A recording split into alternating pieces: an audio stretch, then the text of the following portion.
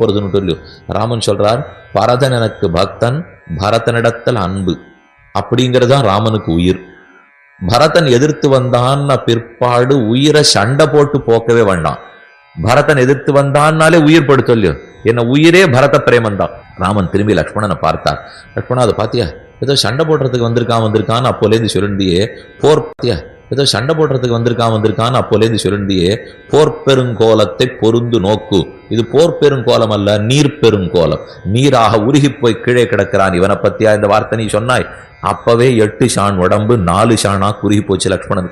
இவனிடத்துல போய் இப்படி நாம் அபச்சாரப்பட்டுட்டோமே, எவ்வளவு பெரிய பாகவதோத்தவன், இந்த அபச்சாரம் நமக்கு கூடுமான்னு அவனே குறுகி இருக்கிறார்.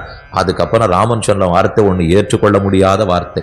எதி ராஜ்யஸ்ய ஹேதோஸ்துவம் இமாம் வாச்சம் பிரபாஷதே வக்ஷ்யாமி பரதன் திருஷ்டுவா ராஜ்யமஸ்மை பிரதீயதாம். லக்ஷ்மணா, உனக்கு நாட்டில் ஒரு கண் இருக்குன்னு இத்தனை நாளா தெரியாத போச்சு. விதிர்த்தான். ந தேவலோக்காக்கிரமணம் நாமரத்வம் அகம்பிரணே ஐஸ்வர்யம் வாபி காமானாம் காமையே நத்வயாவினான். உன்னை விட்டு பிரிந்து தேவலோகம் வேண்டாம், நாகலோகம் வேண்டாம், ஏதும் வேண்டாம், உன் கைங்கரியமே வேணும்னு நேரத்தனா இருந்த லக்ஷ்மணனை பார்த்து, பரதன் ஏதோ இருந்தான்னா உனக்கு நாட்டுல எண்ணம் இருக்கு போல் இருக்கே, ஒரு வார்த்தை சொல்லியிருந்தியானா பரதன் இடத்துல, பரதா நாடு லக்ஷ்மணனுக்கு வேணுமா, கொடுத்துரு, நம்ம காட்டுக்கு போவோம்னு சொன்னால் என் பரதன் ஆனந்தமாக உன்னிடத்துல நாட்டை ஒப்படைச்சிருவர். செய்ய சொல்லட்டுமா என்று கேட்டவுடனே 4 ஷான் உடம்பு 1 ஷானா குறுகித்து லக்ஷ்மணனுக்கு. அதை திருஷ்டாந்தமாக இந்த இடத்துல சொல்லி, ஒல்ல நீ போதாய், நீ வா சொல்றது இருக்கட்ட எல்லே இளங்கிலேயே இன்னமுறங்குதியோ சில்லன் அழையேன் மின் அங்கமீர் போதருகின்றேன் வல்லை உன் கட்டுரைகள் பண்டே உன் வாயரிதும். வேகமா வார்த்தை போயிட்டே இருக்கிறது இல்லையோ. வல்லீர்கள் நீங்களே வரைக்கும் சொன்னா உடம்பு சுருங்கி நானே தான் ஆயிடுக. இவர்கள் விஷயத்துல நாம போய் இப்படி அபச்சாரப்பட்டுட்டோமே என்று துடித்து போனாள் அல்லவா. அதை போல பாகவதர்களிடத்தில் அபச்சாரமே கூடாது. சீதப்பட்டிருந்தாலும் அபச்சாரம்தான், ஆறுபட்டிருந்தாலும் அபச்சாரம்தான். பிள்ளை ஆழ்வான்னு ஒருத்தர் எழுந்தருளி இருந்தார். கூரத்தாழ்வான் இருந்த காலத்திலே சிவஜன்மோகனத்தில் பிள்ளலோகாச்சாரியர் பிள்ளை ஆழ்வானுக்கு கூரத்தாழ்வான் அனுகிரகித்த வார்த்தையை ஸ்மரிப்பது என்ன அப்பப்ப தெரிவிக்கிறார்.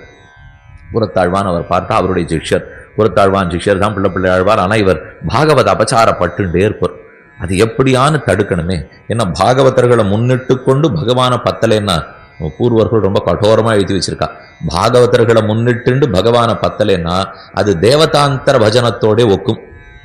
எங்கெங்கயோ கோவிலுக்கு போறோம் இல்லையோ, அந்த கோவிலுக்கு போறது எப்படியோ அப்படித்தான் பெருமாள் கோவிலுக்கு வர்றதே. எப்படி எனில் பாகவதர்களை முன்னிடாம நேரம் மட்டும் ஒரு கோவிலுக்கு வந்துட்டோம்னா அப்ப தேவதாந்தரத்தை தொழுதா போலேதான் இவனதும். ஆனால் அவருக்குன்னு இப்ப பயம், என்ன செய்ய போறோம், இந்த பிள்ளை ஆழ்வான் இப்படி அபச்சாரப்பட்டுட்டே இருக்காரு, இவர் எப்படி திருத்தலாம்னா நேரம் ஒரு தடவை திருமாலைக்கு போனார். ஆழ்வான், எனக்கு நீர் தானம் கொடுக்க வேண்டும். ஆச்சாரியனுக்கு சிஷ்யன் தானமா ஏது கொடுக்க வேணும்னு கேட்டார். நீர் மனத்தாலும் வாக்காலும் மெய்யாலும் நிறைய அபச்சாரப்படுகிறீர், அது அத்தனை எங்கிட்ட தானமா கொடுத்தணும், இனிமேல் அபச்சாரப்படமாட்டேன்னு எனக்கு பிரதிங்க பண்ணும். சரின்னு பிள்ளை ஆழ்வான்னு கொடுத்துட்டார். அதுக்கப்புறம் 10 நாள் போச்சு, தாங்கலை. இந்த வழக்கமா நிந்திச்சே இருக்கு பாருங்க, அவளுக்கு வாயப்பத்தின்னு சும்மா இருக்கிறதுக்கே முடியாது. அடிக்க மாட்டோம். இப்போ 3 நாள் நம்ம அபச்சாரப்படலாம், அடிக்கலாம், நினைக்கலாம், பேசலாம். நினைக்கிறது தான் தடுக்கிறது ரொம்ப கஷ்டம். ஏன்னா அடிச்சா காவலாளியை பிடிச்சுன்னு போடுவா, அதுக்காகவான அடிக்காத இருந்துருவோம்னு வச்சுக்கணும். ஏன்னா வேற தண்டனை கிடைக்குமோ இல்லையோ, அதனால பாகவதனை அடிக்க மாட்டோம். பேசுவோமோன்னா அவ அறுக்கிறச்சே பேச மாட்டோம், தைரியம் வராது. பேச்ச கூட தடுத்துடலாம், ஏதோ ஒட்டிக்கிறோம்னு வச்சுங்க, அப்படியான தடுத்துக்கலாம். ஆனா அந்த மனசால நினைக்கிறதா நினைக்காத இருக்கிறது ரொம்பவே கஷ்டம். பிள்ளை ஆழ்வான் திரும்ப வேசறதுக்கு ஆரம்பிச்சுட்டார். கூரத்தாழ்வானுக்கு செய்தி போச்சு. திரும்ப அவர் திருமாளிகை வாசலுக்கு வந்தார். இவர் ஆச்சாரியன் வந்துட்டார், சொல்ல மீறுட்டமேங்கிற வெட்கம் முட்டாக்கு போட்டுன்னு உள்ள போய் உட்கார்ந்து விட்டார். வரவே இல்லை. கதவை தட்டின்னு உள்ள வந்துட்டார் கூரத்தாழ்வான். பிள்ளை ஆழ்வான், எங்க மறைந்து கொள்ளுகிறீர், வாரும். இல்லையே, தப்பு பண்ணிவிட்டேன், என்னால் தாங்கிறதுக்கு முடியல, பாகவத அபச்சாரப்பட்டுவிட்டேன். இருக்கட்டும், இப்படி செய்யும், இனிமே மனத்தால படாமல் இரும், ராமானுஜர் திருவடிகளே சரணம்னு சொல்லும். அவர் இப்ப நீர் பண்ணின தப்பை மட்டும் க்ஷமிச்சுடுவர். வாக்காலே படக்கூடாது, செயலால நீர் படமாட்டீர், என ராஜா உமக்கு தண்டனை கொடுத்துருவர். அதனால நீ செய்ய மாட்டீர். வாக்கை அடக்கி கொள்ளும், மனத்தை ராமானுஜரிடத்தில் சமர்ப்பித்து அபச்சாரப்படாமல் இரும் என்று பிள்ளை ஆழ்வானுக்கு கூரத்தாழ்வான் தெரிவித்தார்னா, அப்போ வாசல்ல வந்து நின்று இருக்கிற சில்லன் அடையேன் இவர் சொல்லலாமா? அப்படியே ஒரு வார்த்தை சொல்லியிருந்தா கூட அதை பொறுத்து கொள்ள வேண்டும். அது இல்லாமல் செய்தது இவளுடைய குற்றம். சில்லன் அடையேன் மின் நங்கமீர் போதருகின்றேன். ஆனா அவ இன்னும் நாங்க நடத்திருக்கா. ஒருத்தர் நம்மளை வெய்யறாள்னா கூட அந்த சமயத்துக்கு அவ கௌரவம் கொடுக்க வேண்டியவளா இருந்தா சப்தம் அப்படித்தான் சொல்லு உபயோகப்படுத்தணும். அவ வந்து வச்சிருக்காளோ இல்லையோ, நாம இருந்தா திரும்ப என்ன மாதிரி சொல்லு போடுவோம் தெரியுமோ.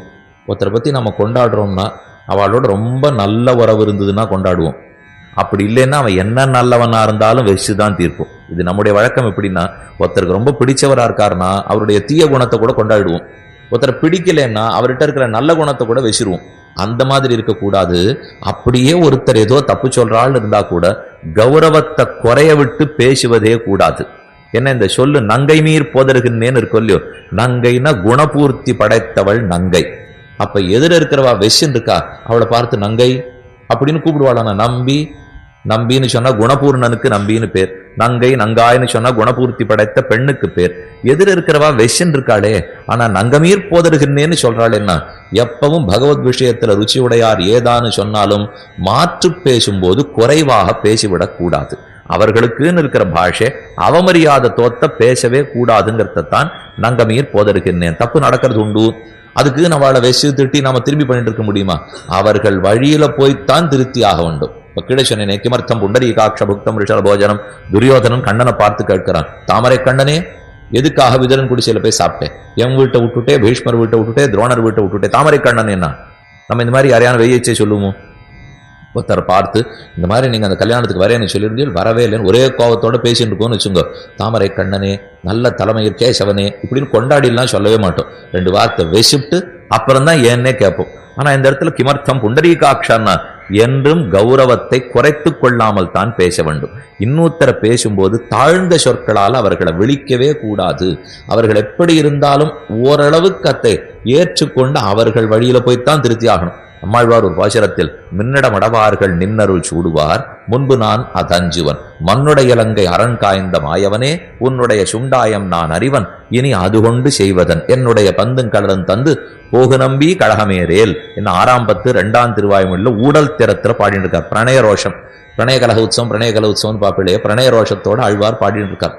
அப்போ மின்னடை மடவார்கள் நின்னருள் சூடுவார். கண்ணன் 6 மணிக்கு வரேன்னு சொல்லியிருந்தார். ஆழ்வார் இப்ப பராங்குஷ நாய்க்கு 6:10 வந்துட்டார் கண்ணன். ஒரே கோபம், 6 மணிக்கு வரணும்னா காதலன் 6 மணிக்கு வர வேண்டாமோ, அது எப்படி இவளை காக்க வச்சுருக்கலான்னு காதலிக்கு ஒரே கோபம். அதனால சொல்றார், மின்னட மடவார்கள் நின்னருள் சூடுவார். நேற்று வரைக்கும் இல்லை இந்த 6 மணிக்கு முன்னாடி வரைக்கும் யாரோட உட்காந்து பேசிட்டு இருந்தியோ அவள்கிட்டே போ, இங்க வராதே. மின்னடை மடவார்கள், மின்னல ஒத்த சிறுத்த எடை படைத்தவர்களிடத்திலே போ. வைக்காத உடனே கேட்டார். அவள்கிட்ட கோபத்தோட தானே வெச்சின்னு இருக்கார், அப்புறம் என்ன மின்னிட மடவார்கள் வெய்யறதவாள். இப்போ நீங்க நேற்று வரைக்கும் எங்க இருந்தியோ அங்கேயோ போன்னு வெச்சின்னு இருக்கார் ஆழ்வார். ஆனா அப்படி இருக்கிறச்சே அவ இடுப்பை பத்தி கொண்டாடி பேசுறாள்னா கௌரவம் இழக்கவே கூடாது. எந்த சொல்ல நல்ல வார்த்தை பேசணுமோ அத்தைத்தான் சொல்ல வேண்டும். அவ நிஜமாவே மின்னிடமடவார்கள், அதனால மின்னிடமடவார்கள் இங்கே பாசுரத்தில் சொல்றாருன்னு. அப்ப இங்க பார்த்தாலும் அப்படித்தான் இருக்கு. கிமர்த்தம் புண்டரீகாட்ச புக்தம் ரிஷப போஜனம் அப்படித்தான் உள்ளது. ஏதேனும் சற்று குறைவாக இருந்தால் கூட அவர்களையும் சரிப்படுத்தி உபயோகப்படுத்தி கொள்ள வேண்டும். முதலியாண்டான் எழுந்தருள் இருந்தாரே, பாதுகே யதிராஜஸ்ய கதயந்தி யதாட்சயா தஸ்ய தாசரதே பாதௌ சிரசா தாரயாம்யகம். ராமானுஷருடைய மருமகனாக அவருடைய தண்ட பவித்திரத்தை போல எழுந்தருள் இருந்தார். பாகினேயம் அஜகத் பாகினேயதா, விட்டு பிரியாத மருமகன் ஸ்தானம். பாதுகாத்தம் திருடந்தடாம், அவருக்கு பாதுகையா இருந்தார், திருதண்டமா இருந்தார், விட்டு பிரியாத மருமகனாக இருந்தார். ராமானுஜர் சந்நியாசம் வாங்கிக்கிறச்சே மொத்தையும் துறக்கிறார். காஞ்சி தேவப்பெருமாள் சன்னிதானத்தில் அனந்த சரசு புஷ்கரணி காத்தம் திருடந்தடாம், அவருக்கு பாதுகையா இருந்தார், திருதண்டமா இருந்தார், விட்டு பிரியாத மருமகனாக இருந்தார். ராமானுஜர் சந்நியாசம் வாங்கிக்கிறச்சே மொத்தையும் துறக்கிறார். காஞ்சி தேவப்பெருமாள் சன்னிதானத்தில் அனந்த சரசு புஷ்கரணி கரையிலே தான் பெற்றுக்கொள்கிறார். அந்த சமயத்தில் எல்லாத்தையும் விடுறார். சந்நியஸ்தம்மையா சந்நியஸ்தம்மையா, சன்னியாசி இதை கழுத்தானு. பாதுகாத்தம் திருடந்தடாம், அவருக்கு பாதுகையா இருந்தார், திருதண்டமா இருந்தார், விட்டு பிரியாத மருமகனாக இருந்தார். ராமானுஜர் சந்நியாசம் வாங்கிக்கிறச்சே மொத்தையும் துறக்கிறார். காஞ்சி தேவப்பெருமாள் சன்னிதானத்தில் அனந்த சரசு புஷ்கரணி கரையிலே தான் பெற்றுக்கொள்கிறார். அந்த சமயத்தில் எல்லாத்தையும் விடுறார். சந்நியஸ்தம்மையா சந்நியஸ்தம்மையா, சன்னியாசி இதை கழுத்தளவு தண்ணீர்ல நின்று சொல்லணும். என்னால் அனைத்தும் விடப்பட்டன, விடப்பட்டாசம் கை கேட்டு குடத்தை தூக்கிட்டு போறார், திரும்பி வரார். காவிரிக்கு போயிட்டு வந்துட்டு இருக்கார், அவளுக்கு தான் கை கேட்டு. தன் ஆச்சாரியன் உகந்த ஆச்சாரியன் பெரிய நம்பிகள் அவ்வாச்சாரிய குமாரத்திற்கு நமக்கு ஒரு கைங்கரியம் பண்ற வாய்ப்பு கிடைச்சிருக்குன்னா நாம விட்டுடலாமா? அப்படிங்கிறதுக்காக முதலியாண்டான் போயிட்டு வந்துட்டு இருக்கார். 6 மாசம் கழிச்சு யாரோ 2 பேர் அந்த வீட்டுல வேத விசாரம் பண்ணிட்டு இருக்கா. அவளோட விசாரம் பண்ணி இது பிரம்மம் இப்படி அப்படி பிரம்மத்தினுடைய சொரூபம் ரூபம் குணத்தை பத்தி பேசிட்டு சரி வர இல்லையே, தப்பு தப்பா வருது, அர்த்தத்தை அவளால கண்டுபிடிக்க முடியல. அப்ப வெளியில போயிட்டு வந்த முதலியாண்டான் சட்டண்டு அருக வந்து இப்படி என்ன பொருள் என்று ரொம்ப சுலபமா எடுத்துரைத்தார். இப்பேற்பட்ட அர்த்தம் சொல்றே, நீர் ஆர் உண்மையை சொல்லும் என்ன அங்க இருக்கிறவா கேட்ட உடனே, அடியன் ராமானுஷர் திருவடி சம்பந்தி பேரே சொல்லல அவர் தனக்கு. இன்னார் இணையா, நான் உடனே வாதூர குலம் முதலியாண்டான்னு பேர், தாசரதின்னு பேர். நாம இருந்தா உடனே பட்டியல் வச்சிருப்போம். நாம் 6ன்னு படிக்கிறதுக்கு காத்துட்டு இருக்க முடியல. ஒரு வார்த்தை அந்த சுவாமி திறக்கல. 1000 சிஷ்யர்கள் அடிப்பொடிகளி ராமானுஜருக்கு, அதிலே ஓர் அடிப்பொடி நாம், அவ்வளவே என்ன சொன்ன உடனே இல்ல நீர் ஆரோ மகாவித்வான்னு போய் விசாரிச்சுன்னு வந்து இவர் முதலியாண்டான்னு தெரிஞ்சுன்னு அபச்சாரப்பட்டுட்டோம் அவர்களும் க்ஷாமணம் பிரார்த்தித்தார்கள்னு சரித்திரம். எதுக்காக சொல்றேன்னா, யார் எப்படி போனாலும் அவர்களிடத்துல கௌரவம் மட்டும் குறையவே கூடாது. அவ சீதனம் இல்லாட்டியும் கேட்டுவிட்டாளேங்கிறதுக்காக நாம தாண்டி பேசிட முடியாது. சரி இருக்கட்டும், அவர்கள் வழிக்கு போய்த்தான் நாம் திருத்த வேண்டுமே தவிர அவசரப்பட்டு பேசிவிடுறதே கூடாது. தனியிருப்ப காய் கவர்ந்தற்று. பல பேர் சட்டுன்னு இன்னொருத்தர் மனசு புண்படும்படி பேசிடுற முடியும். அது ஆறாக இருந்தாலும் நாம பேசுவதே கூடாது. நங்கமீர் போதருகின்றேன் வல்லை உன் கட்டர்கள் பண்டே உன் வாயிருதும். இப்ப அவா சொல்றா. இப்ப நம்ம கீழே பார்த்தா அதே விஷயம்தான். இன்னமுறங்குதியோ சில்லன் அழையன் மின். சில்லன் அழையன் மின்னா ஒருத்தர் சொன்னது இன்னொருத்தருக்கு தப்பா படக்கூடாதுன்னு பார்த்த முடியும். அது அவள் விஷயத்துல சொன்னது. இப்ப இவர்கள் விஷயத்திலே வல்ல உன் கட்டுரைகள் பண்டே உன் வாயிருதும், இதெல்லாம் பழைய நாள்லேருந்தே சொன்னது தெரியாதான்னு சொல்லிட்டாலும் சொல்லிடக்கூடாது. என்ன அவ தப்பா சொன்னத்தையும் இவா ஒழுங்கா புரிஞ்சுட்டு இருக்கணும் இல்லையோ. பகவத் விஷயத்துல ருச்சி இவர்களுக்கும் இருக்கு, பகவத் விஷயத்துல ருச்சி அவளுக்கும் இருக்கு. அப்ப ஒத்தருக்கு ஒத்தர் வார்த்தை தடித்திருக்கவும் கூடாது, அந்த மாதிரி தவறான அபிப்பிராயம் வந்திருக்கவும் கூடாது. வல்லை உன் கட்டுரைகள் பண்டே உன் வாயறிதும். இவ மாத்தின்றா வல்லீர்கள் நீங்களே, நானா வல்லை நீங்களன்னோ வல்லீர்கள், நானே தான் ஆயிடுக. அப்பதான் சட்டுன்னு புரிஞ்சுது. எண்ஷான் உடம்பு ஒரு ஷானாக குறிந்து இல்லாத குற்றத்தை உண்டு என்று ஏறிட்டு சொன்னாலும் இல்லை செய்யாதே உண்டு என்று இசைகை தானறிந்த ஸ்ரீ வைஷ்ணவத்துவம் சொல்லுகிறார்கள். நம்ம இடத்துல இல்லாத குற்றத்தை உண்டுன்னு ஆறான்னு மேலிட பார்த்தாலும் இல்லேன்னு மறுக்கக்கூடாது. ஆம் ஆம் நானே குற்றவாளி, நானே குற்றவாளி. இதை ஏத்துண்ட ஒரு மகானுபாவன் தான் ஸ்ரீ பரதாழ்வான். மத்பாபமே துவாத்திர நிமித்தமாசீது வனப்பிரவேசே ரகுநந்தனஸ்ய. யார் ராமன் காட்டுக்கு போனதுக்கு காரணமா இருக்குன்னு பரதன் ஆராய்கிறான். உத்தரா யோசிக்கிறான். நான் மந்தராயாக, மந்தரதானே மொத்தத்துக்கும் காரணம். அவளை சொல்லி என்ன பிரச்சனை? ஞாதி தாசி யதோ ஜாதா யத குதச்சித்து ஜாதா.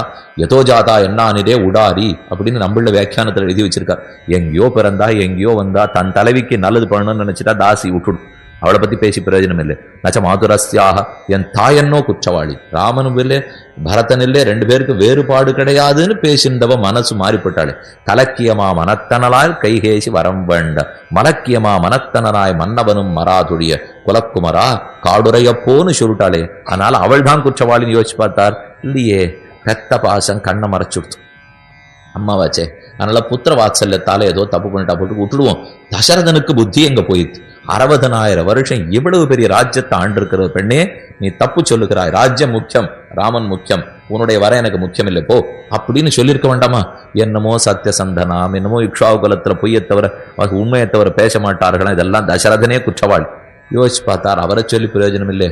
இவர் 34வது ராஜா. இக்ஷ்வாகு முதல் ராஜா. சூர்யனுக்கு மனு பிறந்தார், மனுவுக்கு இக்ஷ்வாகு பிறந்தார். இக்ஷ்வாகுனிடத்துல இத்தனை ராஜாக்கள். இத்தனையாவது ராஜா வரைக்கும் அவர் சத்தியம் மாறாது இருக்கிறவா இவரைங்கான விட்டு கொடுத்துருவாரா? அஜமஹாராஜனுக்கு பிள்ளை தசரதன், தசரதனுக்கு பிள்ளை ராமன், தாசரதின்னு திருநாம். ஆக தசரதனை சொல்லியும் குற்றம் இல்லை. அவர் சொன்ன சொல் மீறவே மாட்டார். அதுக்காகத்தான் அவர் பிறந்திருக்கார். ராமங்கிட்ட தான் குத்தம். ராமன் என்ன சொல்லியிருக்கணும்? அப்படியே தசரதன் இந்த மாதிரி மாற்றி சொல்லியிருந்தாலும், தசரதா மூத்தவன் இருக்க இளையவனுக்கு பட்டம் கூடாது, நீ வழிமுறையை மாற்ற பார்க்கிறாய், நீ எனக்கு பட்டாபிஷேகம் பண்றியா இல்ல நானே தூக்கி கிரீடத்தை தலையில வச்சுனுட்டமா இப்படின்னா ராமன் கேட்டிருக்கணும். ஏன் மாத்தி சொன்னார்னு கோபமா நினைச்சிருந்தான். ராமன் நினைத்தும் பிரயோஜனம் இல்லையே. சத்திய சங்கல்பன் ராமன். தந்த சொல் மிக்க மந்திரமில்லை மீற மாட்டான். பிதுர்வச்சன நிர்தேசாது பிதுர்வச்சன கௌரவாது வச்சனம் கௌசிகசேதி கர்த்தவியம் அபிசங்கையா. ஒரு நாளும் மாறி தான் நான் பேசினதோ, ஆச்சாரியன் பேசினதோ, ரிஷி பேசினதோ இவர் மாறவே மாட்டாரே. அவரை சொல்லியும் குற்றம் இல்லை, பின்ன ஆறுதான் குற்றவாளி. நம் அந்தராயாக நச்சமாதுரஸ்யாக தோஷோ நராஜ்யா நச்ச ராகவஸ்ய மத்பாபமேவாத்திர நிமித்தம் ஆசீது வனப்பிரவேசே ரகுநந்தனஸ்ய. நான் மட்டும் இந்த நாட்டை நீங்கி யுதாஜித்து மாமன் வீட்டுக்கு போகாமல் இருந்திருந்தால் இது நடந்திருக்காது. இது போகவே தான் இந்த பெரிய குற்றம் நடந்து போச்சு. போ, அப்ப நான் தான் குற்றவாளி. மத்பாபமேவாத்திர நிமித்தமாசீது, நாம் பண்ண குற்றம்தான் பாபம் தான். இத்தனைக்கும்னா இவர் இல்லவே இல்லை. எந்த விதத்திலையும் பரதனை நம்ம குற்றமே சொல்ல முடியாது. ஆனா இல்லாத குத்தத்தை ஏறிட்டு கொள்ளுகிறான். இல்லாத குத்தத்தை உண்டு என்று ஏறிட்டு சொன்னாலும் இல்லை செய்யாதே உண்டு என்று இசைகை. ஆம் நானே குற்றவாளி, நானே குற்றவாளி என்னை ஏற்றுக்கொள்வதுதான் சிறந்த பண்பாடு. சுலபத்தில் வாராது. எதுவுமே சிறந்ததா இருந்தா சுலபத்தில் வாராது. சாதாரணமா இருந்தா சுலபத்துல வந்துடும், வசந்த குணமா இருந்தா சுலபத்துல வந்துட போறதா? நம்பிள்ளைங்கிற ஆச்சாரியனை சொன்னேனே, துண்ணு புகழ் கந்தாடை தோழப்பர் தம்முகப்பால் என்ன உலகாரியனோ அவர்கள் உபதேச ரத்னமாலையில் தெரிவிக்கிறார். இப்ப கந்தாடையார்கள் முதலியாண்டான் திருவம்சம்னு சொன்னேனே, முதலியாண்டானுடைய திருக்குமாரருக்கு கந்தாடை ஆண்டான்னு திருநாமம். அவர் தான் இன்னைக்கு நாம ஸ்ரீபெரும்புதூர்ல சேவிக்கிற இந்த ராமானுஜ விக்கிரகத்தை எழுந்துருள பண்ணினவர். இது தான் உகந்த திருமேனி, ராமானுஜரே உகந்த திருமேனி தான் ஸ்ரீபெரும்புதூர்ல இருக்கிற திருமேனி. அந்த கந்தாடை ஆண்டான் தான் எழுந்துருள பண்ணார். அவருடைய வம்சத்துல கந்தாட தோழப்பருங்கிறவர் அவதரித்திருந்தார். அவர்களுக்கு தான் இன்னும் மணியக்கார கைங்கரியம், ஸ்ரீரங்கத்துல எல்லா கைங்கரியத்தையும் பார்க்க வேண்டியவா அவர்கள் தான். நம்பிள்ளை வாழ்ந்திருந்த காலம். அவர் எப்போனால் 1117 ராமானுஜர் அவதரித்தார். 1137 வரைக்கும் இருக்காருன்னு சொன்னேன் இல்லையோ, அதுக்கு 10 ஆண்டுகளுக்கு பிற்பாடு நம்பிள்ளையனுடைய திருவவதாரம். அவர் 105 சம்பத்சரங்கள் எழுந்துள்ளி இருந்தார். அதாவது 1147 அடுத்த 1252 வரை 105 சம்பத்சரங்கள் நம்பிள்ள எழுந்துள்ளி இருந்தார். அந்த காலத்துல நடந்தது சொல்லிட்டு நம்பிள்ள கோஷ்டியோ நம்பெருமாள் புறப்பாட்டு கோஷ்டியோன்னு சொல்லுவார்கள். நம்பிள்ள காலக்ஷேப கோஷ்டி முடிஞ்சு வெளியில கூட்டம் போச்சுன்னா நம்பெருமாள் புறப்பாடு கோஷ்டி முடிஞ்சு போறது போது. 28ஆம் தேதி முதல் உற்சவம் ஆரம்பிச்சது பாருங்க. முதல் உற்சவத்துக்கு 8 மணி தான் புறப்பாடு. பகல் பத்திர சில நாள் 8 மணி புறப்பாடு, சில நாள் 6 மணி புறப்பாடு. அது அரையர் சேவை, ஒரு அரையர் சேவையா 2 அரையர் சேவையாங்கிறத பொறுத்து மாறுபடும். அப்புறம் ராப்பத்து வந்துடுத்துன்னா 12 மணிக்கு புறப்பாடு. அநேகமா சாயங்காலம் 8:30 மணிக்குள்ள எழுதுவர், இல்லை 10:30 மணிக்குள்ளே எழுந்துருவர். அதனால இந்த புறப்பாட்டு வேலைங்கிறதெல்லாம் இந்த திருவரங்கத்திலே அந்தந்த சமயத்துக்கு ஆதாத்து நடக்கும். நம்பெருமாள் புறப்பாடு நடந்ததுன்னா ஓஹோ கூட்டம். எதுக்கு சொன்னீங்கன்னா 28ஆம் தேதி முதல் உற்சவத்தன்னைக்கு பெருமாள் இறங்கினப்பறம் 4 அடி எடுத்து வைக்க முடியல கூட்டம். அத்தனை கூட்டம் நின்றுதான். இப்ப நேற்றுக்கு தேவையில்லைங்கிறா. ஏன்னா நீங்க 6 போயிட்டு வரணும், சேவிச்சு வரணும்னு நினைச்சீங்களோ சேவிச்சுட்டு வாங்குவோங்கிறதுக்காக சொல்றேன். நம்பெருமாள் புறப்பாடுங்கிறதே ஆச்சரியம்தான். புறப்பாட்டு கோட்டி முடிச்சு எத்தனை கூட்டம் போகுமோ அதை போல 4 மடங்கு கூட்டம் நம்பிள்ள காலக்ஷேபம் முடிஞ்சா போகுமா. அவ்வளவு பெரிய காலக்ஷேப கோட்டி நம்பிள்ளையனுடையது. அவர் நம்பெருமாளை சேவிக்கணுங்கிறதுக்காக தன் சிஷ்யர்களோட வந்திருக்கார், நின்று சேவிச்சுருக்கார். திருவரங்கத்தில் மணி மாறாது. இன்னைக்கு 5:30 மணிக்கு புறப்பாடு போட்டிருக்கு. பெருமாள் வெளியில வந்துட்டார்னா நம்ம கடிகாரத்தை மாத்திக்கணும். அவர் 5:35 வரமாட்டார், அவர் 5:25 எழுந்துள்ள மாட்டார், அவர் 5:30 தான் வருவார். புறப்பாட்டுக்கு நாழி இருக்கு. நம்பிள்ளையானா நிதானமா பெருமாள் அழகா அனுபவிச்சுருக்கார். அவர் தன் அனுபவம் உள்ளடங்காம நேரம் போறது அவருக்கு தெரியல. பக்கத்திலே கந்தாட தோழப்பன் நின்று இருக்கார். அவருக்கான மணிக்காரர், மணியே பார்த்துட்டு இருக்கணும். மணிக்காரர் இல்லையோ, நாழியை எடுத்து அப்ப ஷட்டென்று ஒரு வார்த்தை நம்பிள்ளைய பார்த்து போம்போம் நேரமாகி விட்டது அப்படின்னு ஒரு வார்த்தை சொல்லிட்டார். நம்பிள்ள குறுகி போயிட்டார். அனைவரையும் அழைச்சுன்னு ஐயோ நாம தப்பு பண்ணிட்டோம் போல் இருக்கு, நம்பெருமாள் புறப்பாட்டுக்கு இடையூறா நாம தான் நின்றுட்டோம் போல் இருக்கு, அவர் வருத்தப்பட்டு போயிட்டார். கந்தாட தோழப்பர் தன்னுடைய இல்லத்துக்கு திரும்பி போறார். அவருடைய திருத்தேவியார் பார்த்து என்ன நடந்ததுன்னு கேட்க நம்பிள்ளை இந்த மாதிரி அமிச்சிட்டேன்னு சொல்ல, பகவானாலே அபிமானிக்கப்பட்டவர் அவர். நம்மாழ்வார் திரும்ப அவதாரம் பண்ணாரோங்கிற அளவுக்கு நம்பிள்ளைக்கு ஏற்றம். நம்பெருமாள் நம்மாழ்வார் நஞ்சியர் நம்பிள்ளை என்பர் அவரவர்தம் ஏத்தத்தால் என்கிற பாசுரத்தின்படி பெருமாள் எத்தனையோ பேர் இருந்தாலும் நம்பெருமாள் ஒத்தர் தான், பிள்ளை எத்தனையோ பேர் இருந்தாலும் நம்பிள்ள ஒத்தர் தான், ஆழ்வார் அனைவர் இருந்தாலும் நம்மாழ்வார் ஒத்தர் தான், ஷியாக்கள் பல பேர் இருந்தாலும் நஞ்சியர் ஒரு ஒத்தர் தான். அப்படி பிரபாவசாலியை போய் ஒரு வார்த்தை நீர் சொல்லிட்டீரே, இது நமக்கு ஆகாது என்று மனைவியும் சொல்லுகிறாள். ஆனால் இந்த கல்லானாலும் கணவன் புல்லானாலும் புருஷன்லாம் நம்ம பேசினதுலாம் வியர்த்தம். அந்த நாள் அதெல்லாம் இல்லை. எது தர்மமோ அதை எடுத்து சொல்லி கொண்டு தான் இருந்தார்கள். ஆனால் அதுக்குன்னு எதிர்த்து பேசுறதே தொழில் அப்படிங்கிறதெல்லாம் ஆறு வச்சுக்கிறதே இல்லை. இப்போ நம்ம தப்பா புரிஞ்சுட்டோம். பெண்கள் முன்னேற்றம்னா எதுல முன்னேற்றம்னா தர்மத்தை பண்ணாங்கிறதுல பண்ண வேண்டாங்கிறதுல முன்னேற்றம், பண்ணணுங்கிறதுல இருக்கணுமே தவிர இருவருமாக சேர்ந்து தர்மத்தின் வழியே நடப்போங்கிறதுல உறுதி இருக்கவன். அவர் தப்பு பண்ணாருன்னு உடனே மனைவி எடுத்து சொல்லிட்டா. ஒரு நாள் 2 நாள் ஆச்சு, ராத்திரி வேலை வந்துருச்சு, 2 பேருக்கு உள்ள குறுகுறுப்பு. நம்பிள்ளை நடத்துற போய் இந்த மாதிரி நாம் அபச்சாரப்பட்டோமேன்னு இவர் நினைச்சுக்கிறார். முதலியாண்டான் திருவம்சத்தவர்கள் நடத்துற போய் நான் அபச்சாரப்பட்டு விட்டேன் என்ன அவர் நினைத்துக் கொள்ளுகிறார். ராத்திரி போச்சு, விடியற்கார்த்தால ஒத்தருக்கு அபராதத்தை போய் மன்னிப்பு வேண்டி விடுவோம் என் நினைச்சுன்னு காலங்கத்தால 3 மணிக்கு கையில சின்ன விளக்கை எடுத்துட்டு நம்பிள்ள திருமாளிகைக்கு போவோம்னு கந்தாட தோழப்பர் வாசலுக்கு வரார். வந்திருக்கிறச்சே தம் வீட்டு திண்ணையில ஏற்கனவே நம்பிள்ள படுத்துட்டு இருக்கார். படுத்துன்னு பார்த்தார். எங்க வந்தீர் என்ன அவரை பார்த்து கேட்டார். இல்லையே நேத்திலேருந்து உள்ள குறுகுறுப்பு தாங்களே, பாதராத்திரிக்கு வந்துவிட்டேன், நீர் வாசல்ல எழுந்த உடனே உங்ககிட்ட க்ஷமித்து கேட்கணுங்கிறதுக்காகத்தான் வந்திருந்தேன்னா. அப்ப அவரை பார்த்து என்ன உலகாரியனோ, நீர் லோகாச்சாரியன், நமக்கு மட்டுமல்ல நீயே உலகாரியனுட்டு ஒத்தருக்கொத்தர் தண்டம் சமர்ப்பித்துக் கொண்டு அபராதத்தை போக்கி கொண்டார்கள்னு சரித்திரம். அதனால நம்பிள்ளை கந்தாட தோழப்பர் 2 பேருமே சாமானியர்கள் அல்லர்கள். விட்டு கொடுக்காம என்ன தப்போ அதை உணர்ந்து திருந்தி விட வேண்டும் இல்லையோ. அதனாலதான் நானே தான் ஆயிடுக வல்ல நீ போதாய் உனக்கென்ன வேறுடையே, நானே குற்றவாளியாக இருக்கட்டும். அப்ப வெளியில இருக்கிறா சொல்ற வல்ல நீ போதாய் சீக்கிரமாயே அவசரமா இல்லையான்னா பாகவதர்களுடைய சேர்க்கை நமக்கு சித்தி. ஒல்லனி போதான்னு சீக்கிரம் வரணும்னா பாகவதர்களுடைய சேர்க்கையை நாழி கடத்தவே கூடாது. அதனால தான் ரொம்ப சீக்கிரவான்னு இங்க தெரிவிக்கிறாளாம். அப்படி சேர்க்கைக்கு ஆறான ஆசைப்பட்டிருக்காளன்னா பகவானே ஆசைப்படுறாரு. பொய்கை ஆழ்வார் பூதத்தாழ்வார் 3 பேரும் திருக்கோவலூர் இடைகளில வந்து சேர்ந்தார்கள். பெருமாள் உள்ள வந்துட்டார். புலவர்